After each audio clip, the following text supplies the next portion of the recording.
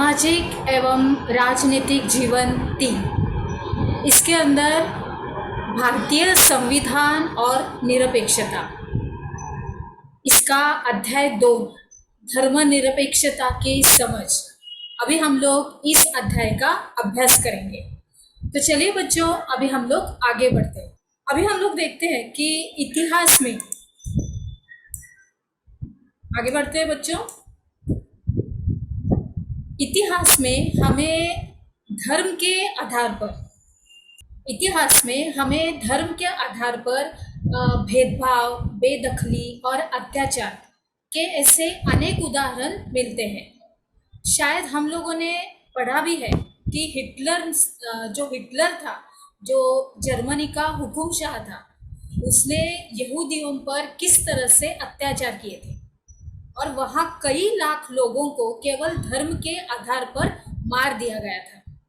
लेकिन अब यहूदी धर्म को मानने वाले इज़राइल में भी मुसलमान और ईसाई अल्पसंख्यकों के साथ अमानवीय व्यवहार किया जा रहा है।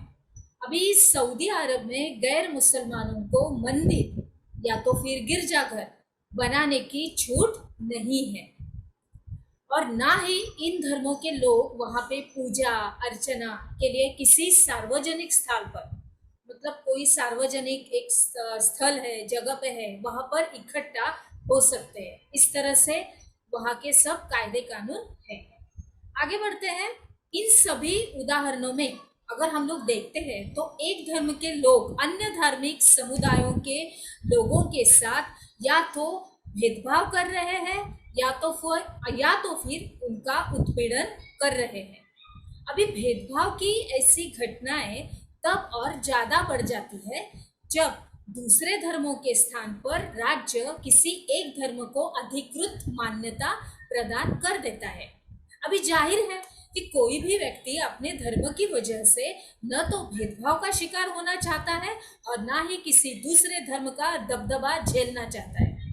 अभी भारत में क्या राज्य धर्म के आधार पर किसी नागरिक के साथ भेदभाव कर सकता है? आगे देखते हैं। धर्मनिरपेक्षता क्या है? इसके अंदर अभी हम लोग पूरी तरह से इसका विश्लेषण देखेंगे। पिछले अध्याय में हमने पढ़ा था कि भारतीय संविधान में मौलिक अधिकारों की व्यवस्था की गई है और ये अधिकार न केवल राज्य की सत्ता से हमें बचाते हैं बल्कि बहुमत की निरंकुशता से भी हमारी रक्षा करते हैं। अभी भारतीय संविधान सभी को अपने धार्मिक विश्वासों और तौर तरीकों को अपनाने की पूरी छूट देता है और सबके लिए समान धार्मिक स्वतंत्रता के इस विचार को ध्यान में रखते हुए भारतीय राज्य ने धर्म और राज्य की शक्ति को एक दूसरे से अलग रखने की जो रणनीति अपनाई है। अभी धर्म को राज्य से अलग रखने की इसी अवधारणा को धर्मनिरपेक्षता कहा जाता है। अभी समझ में आया आपको बच्चों कि इसका सही अर्थ और विश्लेषण क्या है? आगे बढ़ते हैं। धर्म को राज्य से अलग रखना महत्वपूर्ण क्यों है? अभी इसके अंदर हम लोग जाएंगे कि जैसे कि हमने पीछे चर्चा भी की है कि धर्मनिरपेक्षता का सबसे महत्वपूर्ण पहलू है धर्म को राज्य सत्ता से अलग करना। एक लोकतांत्रिक देश में यह बहुत ही जरूरी है कि दुनिया के तकरीबन सारे देशों में एक से ज्यादा धर्मों के साथ साथ लोग रहते हैं और जाहिर है कि हर देश में किसी एक धर्म के लोगों की संख्या ज्यादा होगी।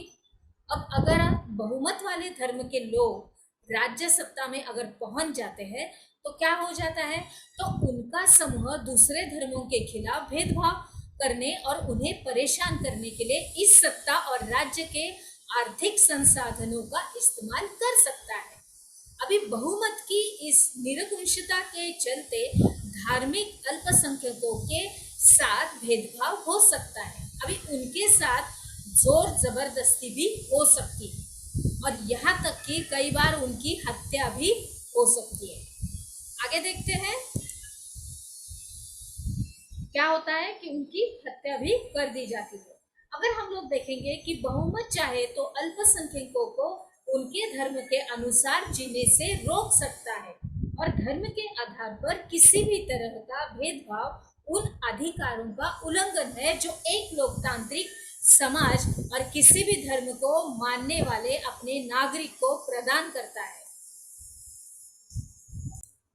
तो बच्चों, उनकी हत्या भी कर दी जाती है। और बहुमत चाहे तो अल्प फिर से बताती हूँ, अगर बहुमत चाहे तो अल्पसंख्यकों को उनके धर्म के अनुसार जीने से रोक सकता है और धर्म के आधार पर किसी भी तरह का भेदभाव उन अधिकारों का उल्लंघन है जो एक लोकतांत्रिक समाज की किसी भी धर्म को मानने वाले अपने प्रत्येक नागरिक को प्रदान करता है।